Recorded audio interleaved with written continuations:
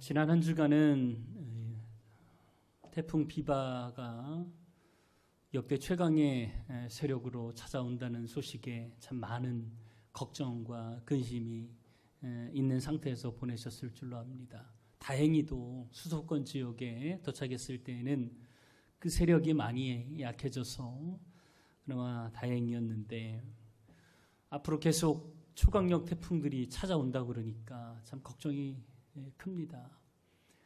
코로나19 사태도 이렇게 진정이 되지 않고 있는데, 태풍 때문에 또 이번 태풍도 마찬가지로 경상도나 전라도 지역에는 큰 피해를 입힌 그런 상태이고, 또 그 전 태풍도 참 많은 수재민들을 낳아서 수많은 산사태와 또 많은 재산적인 피해, 또 목숨을 앗아가는 피해도 주었던 것이 사실입니다. 지난 태풍 때 저희 아파트에 큰 나무가 한 그루 쓰러져 있었습니다. 와, 저렇게 큰 나무가 어떻게 쓰러졌나 하고 가까이서 보니까 뿌리가 참 얇더라고요. 뿌리를 깊이 내리지 못한 나무는 비바람에 쉽게 쓰러진다는 것을 다시 한번 깨달았습니다. 그리고 그 옆에 있는 나무도 똑같은 상황이었을 텐데 쓰러지지 않고 있는 이유를 가만히 살펴봤더니, 지지대를 댄 나무는 쓰러지지 않았는데 지지대가 없는 나무는 쉽게 쓰러지는 것을 볼 수 있었습니다. 힘들고 어려울 때에는 작은 나무로 지지해 주는 것 하나만으로도 버티는 힘을 주게 된다는 사실을 깨닫게 되었습니다. 우리 인생도 마찬가지입니다. 인생이 흔들릴 때 우리를 지지해 줄 버팀목이 필요한 것이 우리의 인생들입니다. 오늘 본문으로 돌아가서 보면, 일생일대의 유혹을 이기고 사울왕과 화해를 성사시킨 다윗은 보기 드물게 이 평화로운 일상을 보내고 있었습니다. 이때 다시 다윗에게 큰 위기가 찾아오게 됩니다. 이 영적으로 의지하던 마지막 사사였던 사무엘이 세상을 떠나게 된 것입니다. 어떻게 보면 사무엘은 다윗에게 가장 의미 있는 그런 사람이었습니다. 자신에게 기름을 부었던 선지자이기도 했던 사무엘은 다윗이 힘들고 어려울 때마다 의지하는 그런 몇몇 안 되는 사람 중에 한 사람이었습니다. 그가 세상을 떠나자 그는 허탈감에 빠집니다. 영적으로 의지했던 분이 세상을 갑자기 떠나자 다윗은 이제 난 누구를 의지하고 살아가야 되나? 물론 사울왕과의 관계가 회복이 되긴 하였지만 언제 어떻게 바뀔지 모르는 이런 시국 속에 다윗은 또 하나 큰 버팀목을 잃어버린 상실감에 빠지게 되는 것이죠.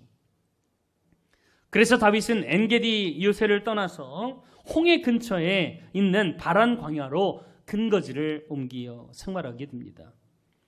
다윗에게는 그와 함께하는 600명의 사람들이 있었습니다. 600명의 사람들을 매 끼니마다 먹이려고 하는 문제도 큰 문제였습니다. 그러기 위해서는 경제적인 부분이 해결되어야 됐기에 그는 유목을 하는 주변 사람들의 양떼들을 지켜주면서 그들에게 보호비를 받아가면서 근근히 생활해야 했었습니다. 지금으로 말하면 사설 경비 업체를 세우고 이제 그들의 그와 함께하는 사람들을 이끌었던 것이죠. 마침 갈멜이라고 하는 곳에 자기가 지켜주었던 양떼의 주인이 양털을 깎는다는 소식을 듣게 됩니다. 그래서 다윗은 사람을 보내서 내가 지금까지 당신의 양떼를 지켜주었으니까 우리에게 보호비로 뭔가 좀 주십시오라고 사람을 보냈던 것이죠. 근데 그 양떼의 주인이었던 이 나발이라고 하는 사람이 다윗이 보낸 사람들을 무시해서 보냅니다. 심지어는 요즘 주인을 떠나서 떠도는 사람들이 모여가지고 엉뚱한 짓을 한다는데 어떻게 그런 사람들에게 내가 내 소중한 양식을 먹이겠느냐? 그리고는 무시하고 보내버립니다. 더군다나 다윗과 함께하는 사람들이라고 밝혔는데도 불구하고 다윗이 누구냐? 나는 그런 사람 알지 못한다. 다윗을 싹 무시하고 그리고 다윗이 보낸 사람들에게 모욕을 주고 보내어버립니다. 가뜩이나 영적으로 사무엘을 잃고 힘들어하고 있는 상황 가운데 자신을 무시하고 자신에 대해서 엉뚱한 이야기를 하는 이 나발에 대해서 다윗은 분노를 참지 못합니다. 그리고는 자기와 함께한 사람들 중에 400명을 무장시켜서 나발을 향해 출발을 합니다. 내가 그 사람을 반드시 죽이리라, 보복하리라. 그리고는 무장한 400명과 함께 이 나발을 향해 나아가죠. 사실 여러분 보세요. 영적으로 의지하던 사람이 세상을 떠나니까요, 이제 다윗은 자기 감정대로 생활하는 사람이 되어버립니다. 필터링이 없어집니다. 사실 다윗은 그런 사람이 아니었습니다. 아무리 사울왕이 자기를 죽이려고 그렇게 많은 시도를 했음에도 불구하고 끝까지 참아냈던 사람이 다윗입니다. 인내력과 끈기가 다윗에게는 어떻게 보면 강점이었던 사람이었습니다. 근데 한 사람이 자기 무시하니까 영적 버팀목이 사라진 상황에서, 공허한 상태에서 자기의 감정을 누군가가 건드니까요, 이 분노가 폭발을 내서 이제는 마음껏 살인을 어떻게 필터링 없이 그냥 저지르는 그런 지경에까지 이르게 된 거예요. 분노 때문에 삶이 점점 무너지고 있는 다윗을 보는 것이죠. 우리도 열심히 말씀도 듣고 신앙생활을 하면서 믿음을 키워가지만 영적으로 흔들리고 자기 감정이 휘둘려서 제대로 자신을 제어하지 못할 때가 있지 않습니까? 그때 우리를 붙잡아줄 버팀목이 필요한 것입니다. 다윗에게도 이런 상황을 극복하게 해줄 새로운 버팀목을 하나님께서 그에게 보내주시죠. 그 사람이 누구냐면 이 아비가일이라고 하는 여인이었습니다.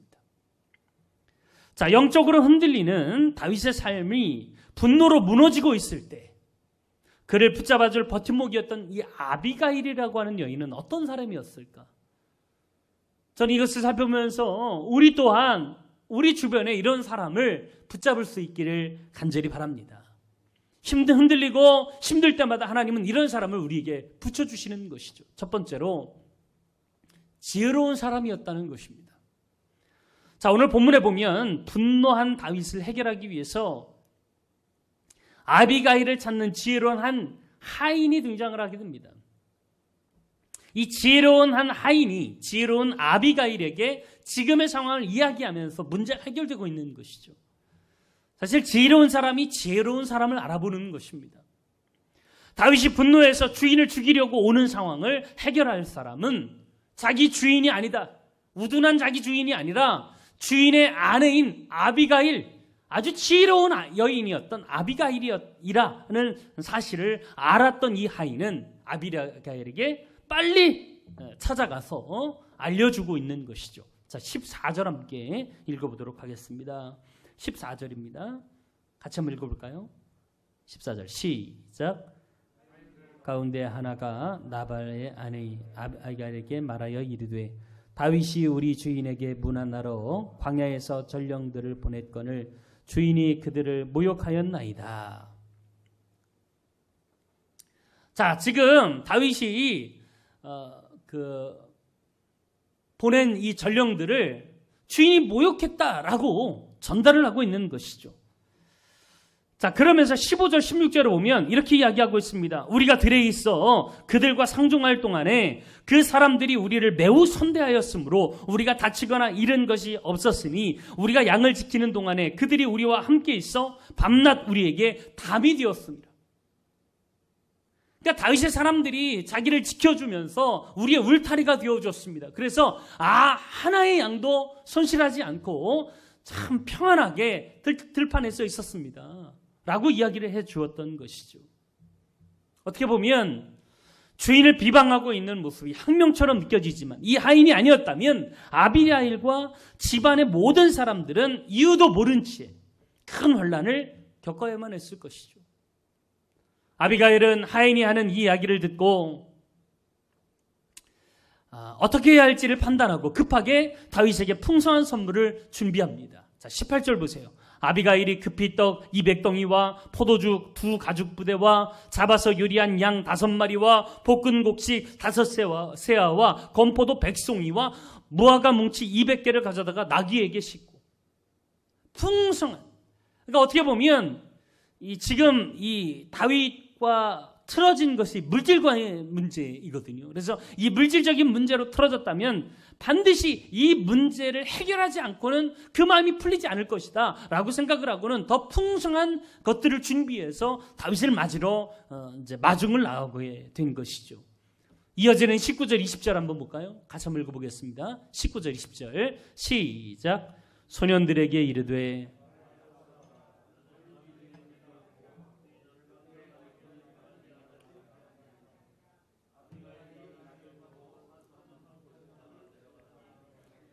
다윗과 그의 사람들이 자기에게로 마주 내려오는 것을 만나니라. 아멘. 다윗은 자신을 맞으러 나온 아비가일과 일행에게 다시 한번 자신의 결심을 이야기합니다. 자신은 선대했는데 그들이 그것을 악으로 갚았다는 거죠. 그래서 내가 나발과 그에게 속한 모든 남자들을 다 죽이겠다라고 선포하고 있습니다. 그렇지 않으면 하나님께서 자신에게 벌을 내리실 것이다 라고까지 이야기합니다. 21절 보세요. 다윗이 이미 말하기를 내가 이 자의 소유물을 광야에서 지켜 그 모든 것을 하나도 손실이 없게 한 것이 진실로 허사라. 그가 악으로 나의 선대를 갚는도다. 내가 그에게 속한 모든 남자 가운데 한 사람이라도 아침까지 남겨두면 하나님은 다윗에게 벌을 내리시고 또 내리시기를 원하노라 하였더라. 그러니까 다윗의 결심이 얼마나 확고한지를 아비가일에게 표현하고 있었던 것이죠. 사실 다윗은 이런 사람이 아니었습니다. 사울왕이 자기를 죽이려고 했을 때에도 참고 인내하며 자기의 마음을 조절할 줄 아는 사람이었습니다. 그런데 지금은 작은 모욕조차도 견디기 힘들어서 분노하며 살인을 대수롭지 않게 여기고 있는 것이 지금의 모습입니다. 실제로 불황자들과 함께 어울리면서 그들의 습성이 그대로 전이되어서 실제로 다윗이 불황자 같은 모습을 보이고 있는 것이죠. 이를 붙잡아주기 위해서 하나님은 다윗에게 아비가일이라고 하는 여인을 보내주셨던 것입니다. 자, 아비가일이 다윗을 만나자 어떻게 행동합니까? 자, 23절 같이 한번 읽어보도록 하겠습니다. 23절 시작. 아비가일이 다윗을 보고 급히 나귀에서 내려 다윗 앞에 엎드려 그의 얼굴을 땅에 대니라. 아멘.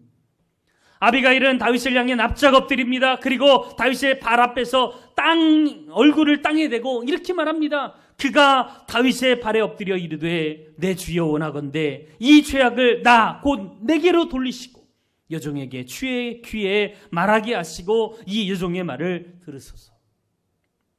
이 모든 것이 내 책임이라는 거예요. 내가 남편을 보필하지 못해서 지금 이 사달이 일어났습니다. 이 모든 죄악을 나에게 돌리십시오. 여러분, 이게 얼마나 지혜로운 모습입니까? 대부분 사람들은 이런 상황에서 자기는 몰랐다고, 자기랑은 아무 상관이 없는 일이라고 변명합니다.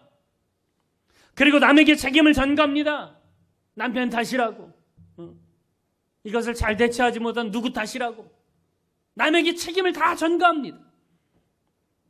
지금 한국교회가 욕을 먹고 있는 이 시점에서 우리가 먼저 해야 될 일은 무엇입니까? 책임을 통감하고 먼저 내 책임이다, 내 탓이다 이야기하면서 내 죄 때문이다 라고 말하면서 진심으로 회개하는 이 모습은 전혀 보이지 않고 있는 것이죠. 아비가일은 지금 다윗의 분노를 돌리기 위해서 변명하고 책임을 전가하기보다는 먼저 이 모든 것이 자신의 책임임을 말하고 있는 것입니다. 그리고 자기 남편인 나발의 실체를 다윗에게 정확하게 말합니다. 25절 보세요. 원하옵나니 내 주는 이 불량한 사람 나발을 개의치 마옵소서. 그의 이름이 그에게 적당하니 그의 이름이 나발이라. 그는 미련한 자니이다. 여종은 내 주께서 보내신 소년들을 보지 못하였나이다. 먼저 내 탓으로 다 돌린 다음에 자기 주인이 어리석게 행동했음을 시인하고 인정하고 그리고 나에게 기회를 달라고 이야기하고 있는 것이죠. 나발은 그 이름답게 미련한 자이기 때문에 다윗께서는 개의치 말라는 것입니다. 다윗에게 이렇게 신경 쓸 사람이 아니라는 것이죠. 이런 하찮은 사람에게 신경 쓰지 말고 대의를 위해서 나아가라고 지금 아비가일은 이야기해주고 있는 거예요. 참 지혜롭죠. 3절에서 이미 성경은 아비가일에 대해서 이렇게 표현합니다. 읽진 않았지만 25장 3절 말씀 보세요. 그 사람의 이름은 나발이요 그의 아내의 이름은 아비가일이라. 그 여자는 총명하고 용모가 아름다우나 남자는 완고하고 행실이 악하며 그는 갈렙 족속이었다라 라고 이야기하고 있습니다. 그러니까 아비가일이 얼마나 지혜로운 사람이었는지를 성경은 계속해서 이야기하고 있는 것이죠. 여러분, 지혜로운 사람과의 만남은 우리를 흔들리지 않고 바르게 성장할 수 있도록 돕는 버팀목과 같은 사람입니다. 여러분 주변에도 그런 사람 많게 있기를 간절히 바랍니다. 우리도 하나님께서 지혜로운 사람을 붙여주시도록 기도해야 될 줄 믿습니다. 흔들리고 힘들 때마다 지혜로운 사람이 우리와 함께 있으면 그 지혜가 우리에게 큰 힘이 되는 것이죠. 적절한 타이밍에 주님이 보내주시는 이 지혜로운 사람을 통해서 우리는 흔들리지 않고 견고히 주님의 사명을 잘 감당할 수 있는 믿음의 사람이 될 줄 믿습니다. 두 번째로 믿음 있는 사람이 아비가일이었다는 것입니다. 자, 아비가일은 지혜로울 뿐만 아니라 믿음이 있는 사람이었습니다. 자, 이어지는 아비가일의 말을 한번 좀 보십시오. 자, 26절 같이 한번 좀 읽어볼까요? 26절 시작. 내 주여 여호와께서 살아계심을 두고 맹세하노니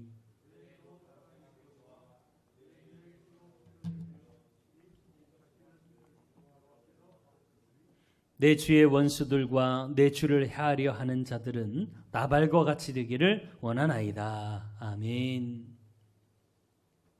자, 아비가일은 이 문제를 믿음의 관점에서 바라보도록 다윗의 시선을 지금 바꿔주고 있는 것입니다. 하나님을 인식하라고 살라고 이야기하고 있는 것입니다. 자신을 당신에게 보내신 것은 하나님이 그 다윗의 보복을 막게 하기 위함이라는 것이죠. 그러면서 친히 보복하지 말고 하나님께서 보복하시길 바란다라고 말하고 있는 것이죠. 사실 다윗이 직전에 사울왕과 화해를 할 때 자기 입으로 고백한 것이 이 사실 아닙니까? 하나님이 심판관이 되실 것임을 고백했던 다윗이 지금 감정에 치우쳐서 자기가 심판자가 되어서 내가 나발 죽이겠다는 거죠. 하나님이 심판자가 되시리라고 하는 이 믿음이 어느새 이 자기 감정에 휩쓸려서 자기가 심판자의 노릇을 하고 있는 지금 현실을 보고 있는 거예요. 아비가일은 이 문제를 지적하고 있는 것이죠. 다시 하나님께서 시선을 돌리도록 지금 문제에 빠져서 그 문제의 해당자인 나발에게 관심을 두지 말고 하나님께 관심을 두도록 지금 그 시선을 바꾸고 있는 것이 아비가일의 모습이라는 거예요. 그러면서 아비가일은 지금 이 문제는 자신을 보고 용서하고 더 큰 일, 하나님이 집을 세우는 위대한 사명을 위해서 나아가라고 자신의 소원을 빌며 말하고 있는 것이죠. 28절 한번 보겠습니다. 28절 같이 한번 읽어보겠습니다. 28절 시작. 주의 여종의 허물을 용서하여 주옵소서. 여호와께서 반드시 내 주를 위하여 든든한 집을 세우시리니 이는 내 주께서 여호와의 싸움을 싸우심이요 내 주의 일생에 내 주에게서 악한 일을 찾을 수 없음이니이다. 아멘. 여러분, 복수는 개인적인 일입니다. 그런데 아비가일은 다윗의 집을 세우고 하나님의 싸움을 싸우고 이스라엘의 지도자로 서는 일을 위해서 이 문제를 용서하라, 하나님께 맡기라 라고 말하고 있는 것입니다. 사실 나발은 유다 지파의 유력자였습니다. 모든 지파의 지지를 받아서 왕으로 세움받은 사울을 이어 왕이 되기 위해서는 자기 출신인 유다의 지파의 지지가 무엇보다 시급했습니다. 그래서 무엇보다 나발과의 문제가 원만하게 해결되어야만 그 일이 은혜롭게 성사가 되는 것이죠. 나발이 부자였다라고 이야기합니다. 여러분, 부자는 영향력이 큽니다. 부자 곁에서 그의 부에 힘을 얻는 사람들이 굉장히 많거든요. 그러니까 유다 지파에서 나발의 영향력은 꽤 컸을 겁니다. 그런데 그 상황에서 다윗이 나발을 죽인다면 자기 지파인 유다의 이 지지를 얻을 수 없는 상황이 될 수 있다는 것이죠.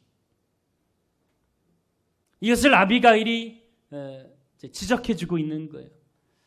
개인적인 작은 일로 보지 말고 조금 더 크게 보고 하나님의 사명을 위해서 작은 일은 좀 털고 나아가십시오 라고 아비가일이 믿음의 조언을 하고 있는 것이죠. 여러분, 믿음이 약해질 때는요, 믿음에 있는 사람과 함께 어울릴 수 있기를 바랍니다. 여러 번 말씀드리지만 믿음은 전파력이 있습니다. 믿음 있는 사람과 함께하면 내 믿음도 견고해집니다. 근데 의심 많은 사람과 함께하면 의심도 전염돼요. 그래서 빨리 그 의심이 우리의 믿음을 좀먹게 되는 것이죠. 그래서 가급적이면 믿음 있는 사람과 교제를 나누고 함께 그 믿음을 서로가 돈독히 보완해 줄 수 있는 그런 관계를 이어가야 된다는 것입니다. 여러분, 아무리 세상 사람들이 교회 욕하고 교회에 대해서 무시하고 그래도요, 여러분 신경 쓰지 마세요. 세상 사람들이 교회를 어떻게 판단한다고 해서 그것이 우리의 가치관이 되는 게 아닙니다. 우리는 하나님 믿는 사람들입니다. 하나님은요, 지금도 여전히 살아계세요. 그 하나님께 예배하고 그 하나님과 교제하고 그 하나님에게 예배하는 우리들이 진짜 가치 있는 모습이죠. 그러면 믿음 있는 사람들이 서로 있는 믿음으로 서로의 믿음을 세워져 가는 것, 이것이 교회이고 교회의 가장 큰 사명 아니겠습니까? 믿음 있는 사람과 함께 교제를 나누면서 서로의 믿음을 보완해주고 이끌어주는 저와 여러분 될 수 있기를 간절히 바랍니다. 여러분, 별거 아닌 한마디가요, 그 사람에게는 큰 힘이 될 수 있습니다. 요즘 코로나 사태 때문에 직장에서도 사회에서도 교회 다닌다는 것, 신앙생활을 한다는 것을 자신 있게 말하기가 힘든 세상이 맞습니다. 이럴 때일수록 믿음의 사람들끼리 더 위로하고 힘내라고 용기를 가지라고 아무리 그렇게 말해도 우리는요, 교회 다니는 게 세상적으로 인정받기 위해서 교회 나오는 거 아니지 않습니까? 하나님 분명 살아계시고 그 하나님을 믿고 그분이 이끄시는 대로 살기 위해서 우리가 신앙생활하는 거 아니겠습니까? 이 믿음 변치 않도록 우리가 서로 믿음의 권고를 잘 해가면서 함께 믿음의 사람들을 세워가는 저 여러분 될 수 있기를 간절히 바랍니다. 사랑하는 여러분, 믿음이 흔들릴 때, 영적으로 혼란스러울 때 여러분을 붙들어줄 버팀목이 있으십니까? 그런 사람을 보내달라고 하나님께 기도하고 우리 또한 그런 지혜롭고 믿음 있는 사람이 되어서 누군가의 버팀목이 되는 그런 축복이 있길 간절히 바랍니다. 지금도 하나님은 우리를 훈련하고 계십니다. 훈련 받는다고 해서 다 성숙하고 완벽한 사람이 될 수는 없습니다. 훈련 과정 중에도 흔들립니다. 실수할 때 있습니다. 넘어질 때 있습니다. 그럴 때 우리를 잘 지지해주는 버팀목 같은 믿음의 사람이 저 여러분 될 수 있기를 간절히 바랍니다.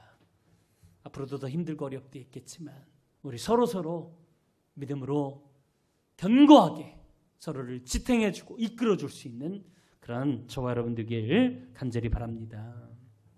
같이 찬양하면서 주님께 나아가시길 바랍니다. 오직 주의 사랑에 매여 찬양하시면서 정말 하나님, 힘들 때 어려울 때 우리를 지지해줄 믿음의 버팀목이 하나님 되길 원하고 믿음의 사람이길 원합니다. 우리에게 그런 사람 보내달라고 기도하는 저 여러분 되길 바랍니다. 같이 찬양하겠습니다. 오직 주의 사랑에 매여, 오직 주의 사랑에 매여 용기쁨 노래합니다. 이 소망의 언덕 기쁨의 땅에서 주께 사랑드립니다. 오직 주의 임재 안에, 오직 주의 임재 안에 갇혀 내 영 기뻐 찬양합니다. 이 소명의 언덕 거룩한 땅에서 주께 경배드립니다. 주께서 주신 모든 은혜 나는 말할 수 없네. 내 영혼 즐거이 주 따르렵니다. 주께 내 삶 드립니다.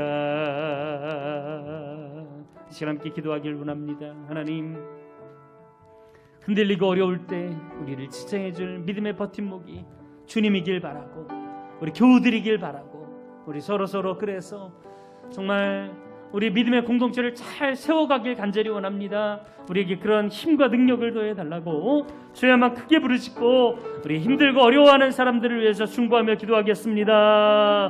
주여, 사랑의 주님, 오늘도 사모하는 마음으로 주님께 나아갑니다. 우리를 붙들어 주시고 새 힘과 능력으로 함께하여 주시길 간절히 원합니다. 아버지, 내 믿음이 흔들리고 어려울 때 나를 지탱하고 버티게 해줄 믿음의 사람이 우리 가운데 간절히 원합니다. 오직 주님으로 승리하게 하시고 믿음으로 주님 바라보는 우리가 될 수 있도록 주여 도우시고 인도하여 주옵소서.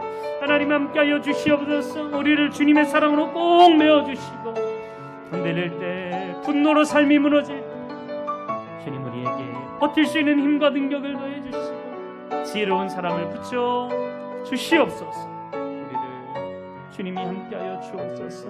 역사하시길 간절히 원합니다. 성령님 함께하여 주옵소서.